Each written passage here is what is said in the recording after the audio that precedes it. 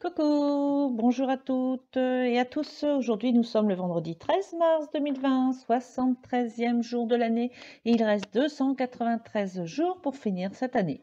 Le 13 mars, nous fêtons la Sainte Rodrigue. Le dicton du jour, qui n'observe rien n'apprend rien. Les conseils jardinage, aujourd'hui, c'est le moment de bouturer les plantes vertes, de tailler les fuchsias. La carte du jour est toujours issue du jeu de cartes Demandez à vos guides de Sonia Choquette et s'intitule Risque. En ce moment, vous appréciez réellement la vie et vous venez à peine d'entrevoir vos possibilités. Suivez vos gardiens de la joie sur ce nouveau et très attirant terrain où tous vos sens sont en éveil.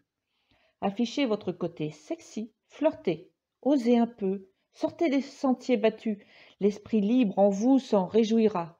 Tentez de réaliser de courageux exploits, laissez votre peur au vestiaire.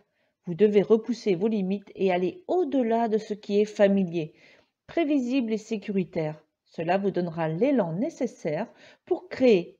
Vos gardiens de la joie vous disent ceci: laissez-vous aller et goûter à la vraie vie. Lecture, suite de la lecture du livre de Louise Hay, Transformez votre vie. Est-ce vrai? À quoi pensez-vous en cet instant? S'il est vrai que vos pensées façonnent votre vie, désireriez-vous que cette pensée devienne réalité pour vous? S'il s'agit d'un sentiment de crainte, d'un souci, d'un désir de vengeance, comment croyez-vous que cette pensée se répercutera en vous? Il n'est pas toujours facile de prendre conscience de nos pensées car elles sont très mobiles. Nous pouvons au moins dès maintenant prendre l'habitude de faire attention à ce que nous disons.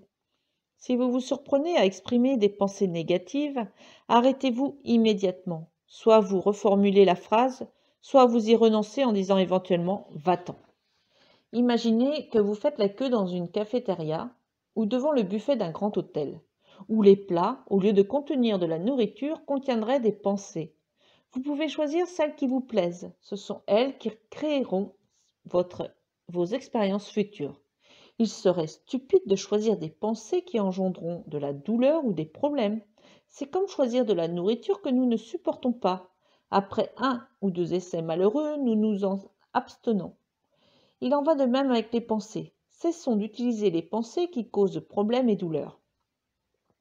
Un de mes premiers maîtres, le docteur Raymond Charles Barker, aimait à répéter: devant un problème, il n'y a rien à faire, il y a à savoir. Notre esprit crée notre avenir. Lorsque nous nous trouvons dans le présent, face à une contrariété, nous devons faire appel à notre esprit afin de changer la situation, ce qui nous est possible dès maintenant. Comme j'aimerais que le principal sujet d'enseignement dans les écoles soit: comment fonctionne votre pensée? Je n'ai jamais compris pourquoi l'on obligeait les enfants à mémoriser des dates de bataille.